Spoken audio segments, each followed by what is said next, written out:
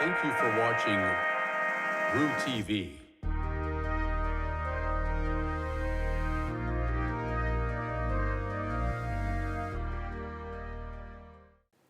Welcome back to another episode of RooTV. I'm Deja McKenzie.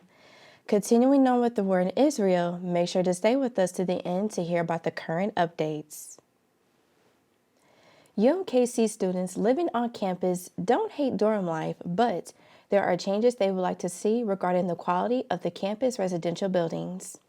According to Johnson and Oak Street Hall residents, living within walking distance to campus, having a quiet place to study, and free access to amenities all make staying in dorms worthwhile. Students who choose to live on campus have free laundry, community kitchens, and computer kiosks included with their housing contracts.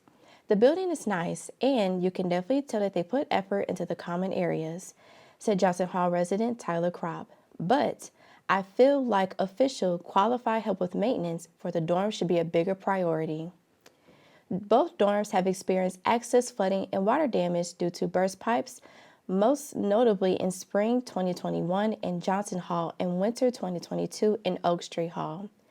Both instances led to the displacements of over 100 students. UMKC's Residential Life website has information about how to submit a maintenance request. If you are an on-campus resident with an emergency maintenance request, such as water leak, visit the front desk of your dorm. Now, let's hop into the den with Jackson Ogden. Welcome back into the den. I am Jackson Ogden. Now, postseason play is right around the corner for our fall sports, and I've got you up to date on everything you need to know, so stay tuned. Let's kick it off with women's soccer, who finished off their regular season with a scoreless draw against South Dakota State, to finish with a record of 3-6-8. Now, you're probably thinking a draw isn't a very helpful or exciting way to end the season, but it was, because the Roos clinched a spot in the Summit League tournament as the 6th and final seed that will take place this weekend. Men's soccer will aim to clinch themselves a spot in the Summit League tournament as they wrap up their regular season in the next 2 weeks, with a home match against St. Thomas on Saturday before heading to Denver on November 4th to finish off the season. As things currently sit, the Roos are 4th and final seed in the conference with a record of 3-6-5. Volleyball had a busy week on the road, picking up a 3-0 win at St. Thomas and then dropping a heartbreaking match to South Dakota State in 5 sets. They currently sit at 16-5 and have a home match against North Dakota State on Thursday at 7 before heading to Oral Roberts on Saturday.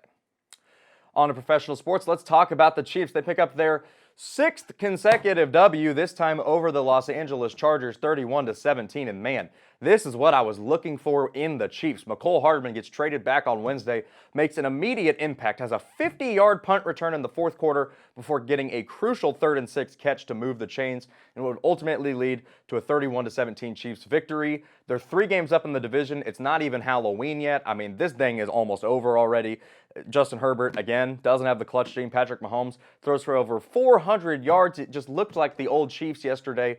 The defense came through and made some plays. Now, it wasn't all pretty because Nick Bolton, the star linebacker, did break his wrist. He's expected to be out for 2 months. That is not a good thing, obviously, as they're getting ready to take on teams like the Dolphins and the Eagles. But this defense looks pretty darn good. In the addition to Charles Omenihu coming back last week after suspension, might just be enough to keep them in check as we go forward. They're headed to Denver next week to complete their season sweep on them before they get to Germany to take on the Dolphins, and then they get the bye week. They're about to get into the really, really tough part of the schedule. This is the last padded practice they're going to have. They get to beat up on Russell Wilson and Sean Payton again. But then things get serious, so stay tuned. You're not going to want to miss the end of this season. I am going to have some fire opinions as we come down the stretch. But that is all I have for today. As always, go Chiefs, go Royals, and Roo up. Welcome back to RooTV. My name is Afnan Hussain, and today we're diving deep into the world of Catch Me If You Can, featuring Leo DiCaprio and Tom Hanks, comparing it to the original book. But a quick heads up, there might be a few spoilers along the way. Diving right in, Catch Me If You Can is a captivating tale of a 21-year-old con artist who manages to pull off the impossible, posing as a doctor, lawyer, pilot, and more. The book is an absolute breeze to read with its charismatic narrative and unbelievable stories that are so well crafted they'll have you chuckling in amazement. Now let's talk about the movie. It closely mirrors the book but with an interesting twist. It places family at the core of the story. Our main character, Frank, is on a quest to recreate the idyllic family life he once had, even if it means spinning a web of lies. The book takes you on an in-depth journey, and on the other hand, the movie delves into the complexities and triumphs of Frank's deceits. So who's the winner in this matchup? In my book, the movie takes the crown.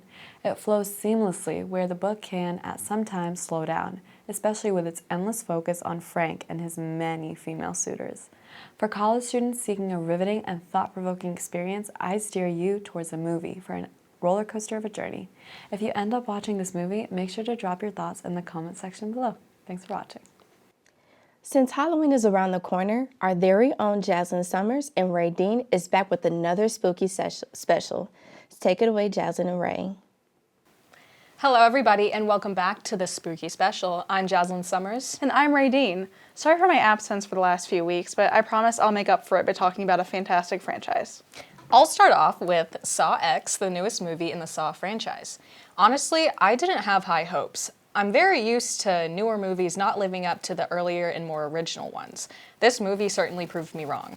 It felt like I was watching one of the earlier movies, just with better quality gore. My only criticism is that this is one of the longest movies in the series, and it dragged on a little bit in the beginning. I had the patience for it because I am just a crazy Saw fan, but if someone who just wanted to see a bunch of scary traps watched it, they might get pretty bored.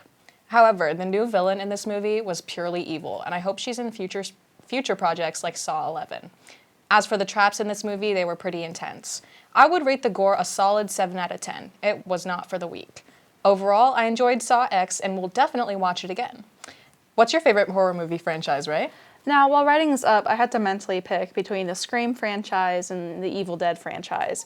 I like Scream a little bit more because the whole scare factor is the most unavoidable. With the Evil Dead, which I still love, especially with the newest Evil Dead Rise, just don't read the Necronomicon out loud, or in recent cases, play an ancient record you found underneath your apartment building. But for Scream, Ghostface is getting you whether you like it or not. I also like Scream because it plays on realistic fears, such as stalking and home invasion. I'm not too scared of summoning an ancient demonic curse and starting up an undead uprise, but obviously, the first one will always be a favorite. But in terms of cheesy 2010s horror, Scream 4 will always have a place in my heart, and it's not just because of Rory Culkin. I actually just watched Scream 4 for the first time over the weekend, and I loved it. It definitely scares me in the whole home invasion aspect, but like you said, it is super cheesy. Yeah. Well, that's all for today. Join us next week for the Halloween episode.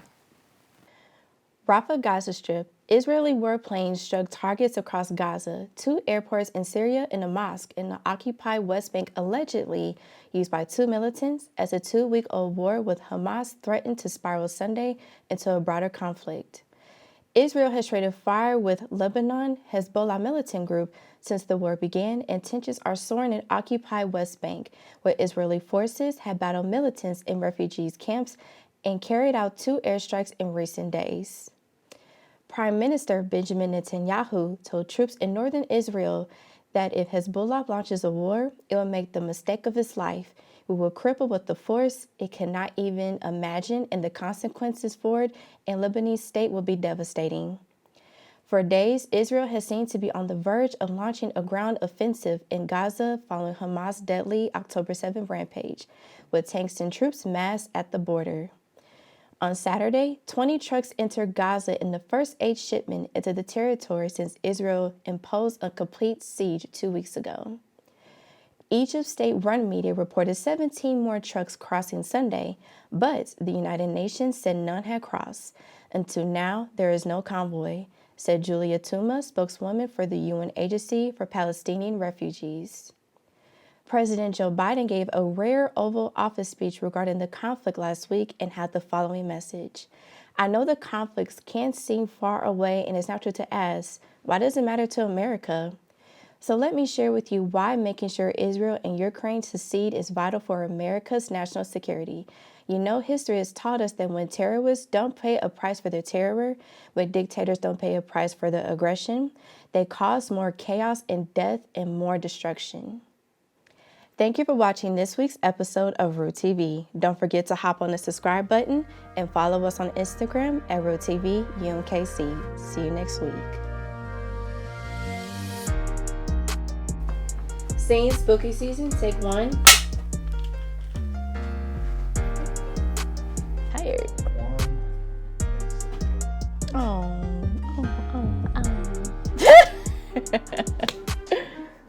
Hello, everybody, and welcome to the spooky special.